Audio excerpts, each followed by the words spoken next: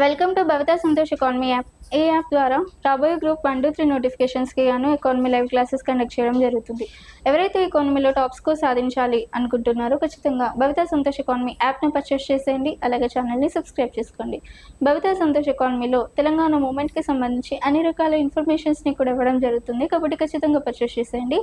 And ఈరోజు తెలంగాణ మూమెంట్కి సంబంధించి కొన్ని క్వశ్చన్స్ని మాట్లాడుకుందాం.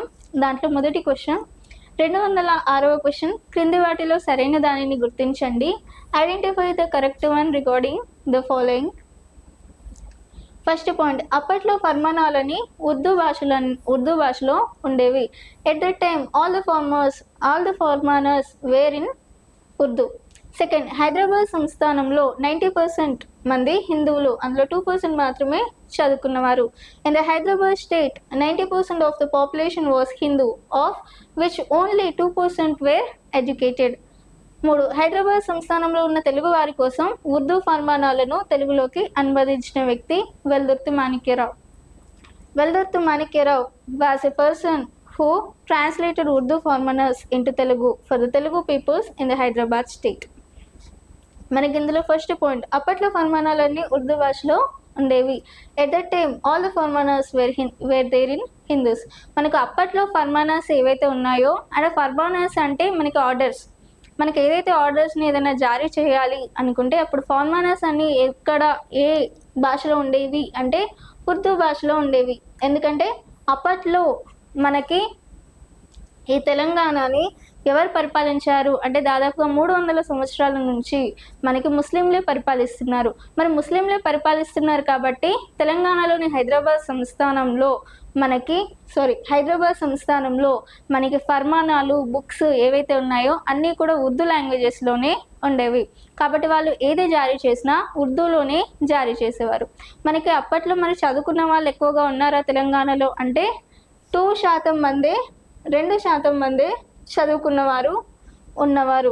మరి ఆ 2% మంది చదువుకున్న వాళ్ళలో కూడా ఉర్దూ భాష వచ్చిన వారు ఉండేవారు కాదు.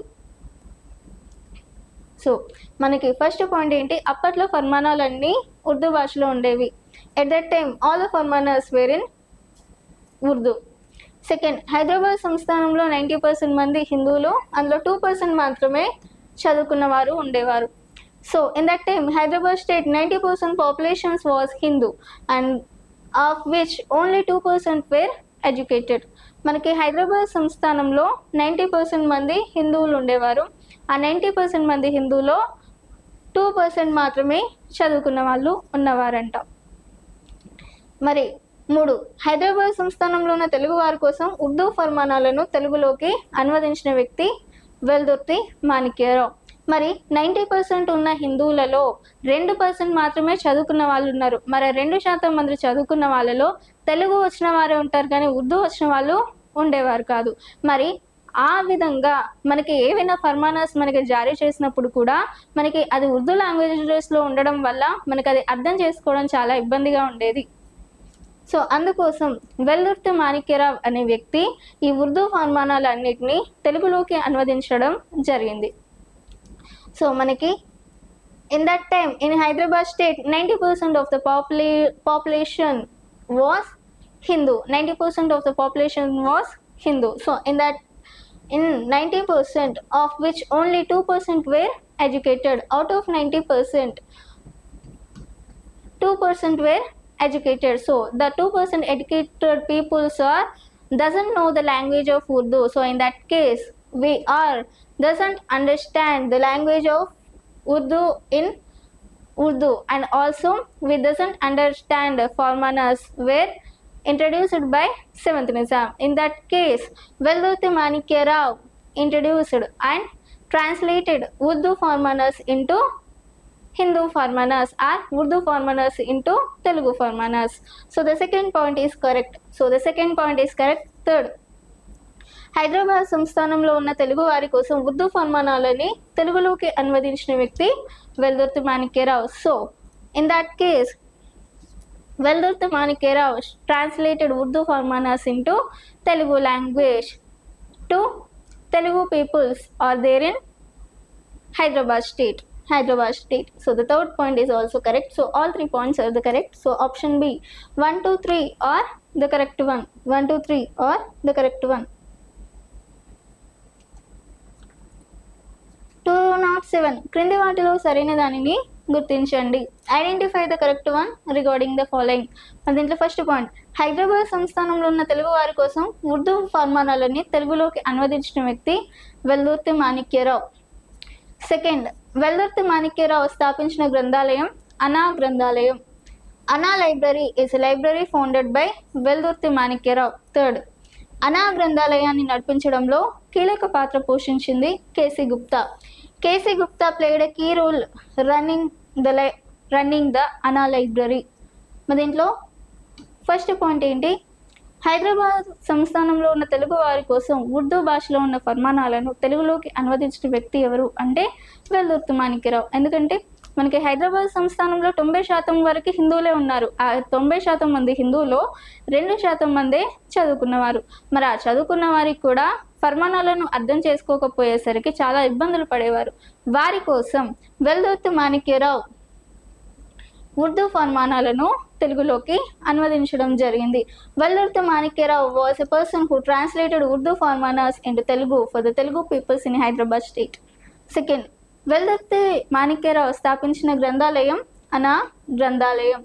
So Ana library is a library founded by Veldurthi Manikyarao. Yes.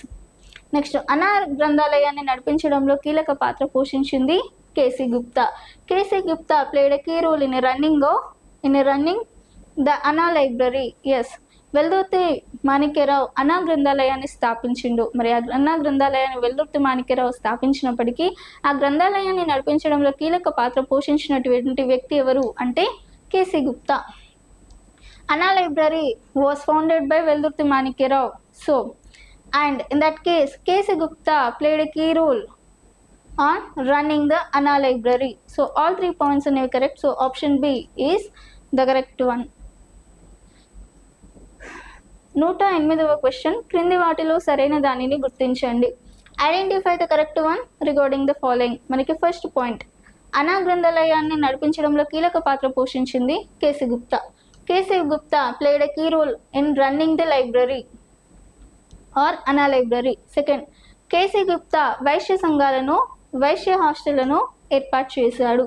KC Gupta established Vaishya societies and Vaishya hostels. Third, KC Gupta ఆత్మకథ నా జీవన పదంలో. KC Gupta autobiography on my life path. మనకి దీంట్లో ఫస్ట్ పాయింట్, అనా గ్రంథాలయాన్ని నడిపించడంలో కీలక పాత్ర పోషించింది కేసీ గుప్తా. సో మనకి అనా గ్రంథాలయాన్ని ఎవరు స్థాపించారు అంటే మనకి వెల్దుర్తి మాణిక్యరావు స్థాపించిండు. మరి ఆ గ్రంథాలయాన్ని ఎవరు నడిపించారు అంటే కేసీ గుప్తా. కాబట్టి మనకి ఫస్ట్ పాయింట్ ఏంటి? KC Gupta played a major role in running the Ana library. Second, KC Gupta Vaishya సంఘాలను వైశ్య హాస్టళ్లను ఏర్పాటు చేసిండు. KC Gupta established Vaishya societies and Vaishya hostels. Next third, KC Gupta ఆత్మకథ. KC Gupta autobiography is on my life path. So all 3 points are the correct. So option B 1, 2, 3 అనేవి సరైనవి. Next 209వ question, క్రింది వాటిలో సరైన దానిని గుర్తించండి. Identify the correct one regarding the following. First point, 1952లో మొట్టమొదటి ఎన్నికలు జరిగాయి. The first elections were held in 1952. Second, 1952 ఎన్నికల్లో రావి నారాయణ రెడ్డి భారీ మెజారిటీతో విజయాన్ని సాధించిండు. రావి Narayana Reddy won the 1952 elections with a huge majority. Next, రావి నారాయణ రెడ్డి ఆత్మకథ నా జీవన పదంలో. రావి Narayana Reddy autobiography is in my life path. So మనకి ఆప్షన్ బి, మనకి కేసీ గుప్తా ఆత్మకథ నా జీవన పథంలో కాదు. సో మనకి first 2 points correct. Option A 1, 2 సరైనవి అనేది సరైన సమాధానం. 1, 2 సరైనవి అనేది సరైన సమాధానం. నెక్స్ట్, 1952లో మొట్టమొదటి ఎన్నికలు జరిగాయి. The first elections were held in 1952. So Ravi Narayana Reddy won the 1952 elections with the huge majority. మనకి 1952లో మొట్టమొదటి ఎన్నికలు జరిగినాయి. ఎస్, మనకి అంతకు ముందు రైతాంగ సాయుధ పోరాటం జరిగేటప్పుడు మనకి ఎప్పుడైతే 1948 సెప్టెంబర్ 17 నాడు ఎప్పుడైతే హైదరాబాద్ సంస్థానం భారత్లో విలీనమైందో, భారత్లో విలీనం అయిన తర్వాత మనకి హైదరాబాద్ సంస్థానం భారత్లో విలీనం కావడానికి చాలా కృషి చేసిన వ్యక్తి జేఎన్ చౌదరి. మరి జేఎన్ చౌదరి 1948 సెప్టెంబర్ 17లో హైదరాబాద్ సంస్థానంలో మనకి భారతదేశం విలీనం కావడానికి కీలక పాత్ర పోషించినప్పుడు, ఎప్పుడైతే మనకి స్వతంత్రం వచ్చిందో, అంటే హైదరాబాద్ సంస్థానం భారత్లో విలీనమైందో, అప్పుడు హైదరాబాద్ సంస్థానాన్ని మొట్టమొదటిగా జేఎన్ చౌదరి పరిపాలించాడు. జేఎన్ చౌదరి పరిపాలనను మనం మిలిటరీ పరిపాలన అన్నాం. జేఎన్ చౌదరి తర్వాత ఎంకే వెల్లోడి పరిపాలించాడు. ఎంకే వెల్లోడి తర్వాత మనకి 1952లో మొట్టమొదటి ఎన్నికలు జరిగినాయి. అంటే ఈ జేఎన్ చౌదరి కానీ ఎంకే వెల్లోడి కానీ ప్రజలతో ఎన్నుకోబడలేదు, వారిని ప్రభుత్వం నిర్ణయించింది. కాబట్టి జేఎన్ చౌదరి ఎంకే వెల్లోడి పాలన ఎప్పుడైతే ముగిసిందో, మనకి 1952లో మొట్టమొదటి ఎన్నికలు జరిగినాయి. మరి 1952లో జరిగిన మొట్టమొదటి ఎన్నికల్లో మనకి మొట్టమొదటి ముఖ్యమంత్రిగా, అంటే ప్రజలు ఎన్నుకున్న ముఖ్యమంత్రిగా బూర్గుల రామకృష్ణారావు ముఖ్యమంత్రి అయ్యిండు. ఎప్పుడు 1952లో. అంటే హైదరాబాద్ సంస్థానానికి మొట్టమొదటి ముఖ్యమంత్రి ఎవరు అంటే బూర్గుల రామకృష్ణారావు. హైదరాబాద్ సంస్థానంలో ఎన్నికల ద్వారా మొట్టమొదటి ప్రజాస్వామ్య నాయకుడిగా గెలిచింది ఎవరు అంటే బూర్గుల రామకృష్ణారావు. మరి ఆ 1952లో ఎన్నికలు జరిగినప్పుడు మనకి ఆ ఎన్నికల్లో రావి నారాయణ రెడ్డి భారీ మెజారిటీతో విజయాన్ని సాధించాడు. So, Ravi Narayana Reddy won the 1952 elections with a huge majority. So first elections in Hyderabad state was held in 1952. So in that case, it was held in 1952. So in that case, the first CM for Hyderabad state is Burgula Ramakrishna Rao. So in that case, Ravi Narayana Reddy also won the 1952 elections with a huge majority. So the second point is also correct. Third, Ravi Narayana Reddy Atmakatha Na Jeevana Padamlo. Ravi Narayana Reddy autobiography in my path of life. So all 3 points అనేవి correct. So option B 1, 2, 3 సరైనవి అనేది సరైన సమాధానంగా చెప్పుకోవచ్చు. 210 క్రింది వాటిలో సరైన దానిని గుర్తించండి. Identify the correct one regarding the following. దీంట్లో ఫస్ట్ పాయింట్, రావి నారాయణ రెడ్డి రచించిన ఫేమస్ పుస్తకం వీర తెలంగాణ నా అనుభవాలు నా జ్ఞాపకాలు.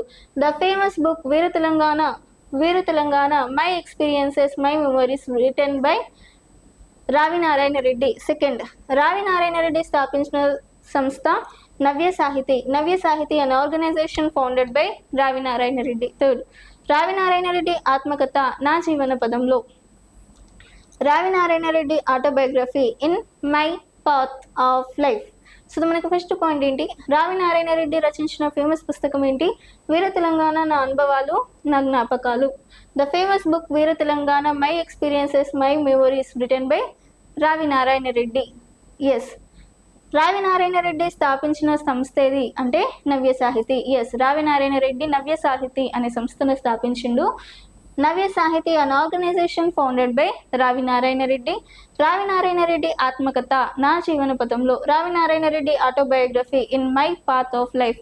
సో ఆల్ 3 పాయింట్స్ అనేవి correct. So option B 1, 2, 3 are the correct one.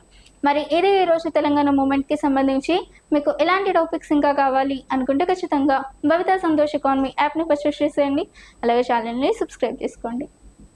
Thank you.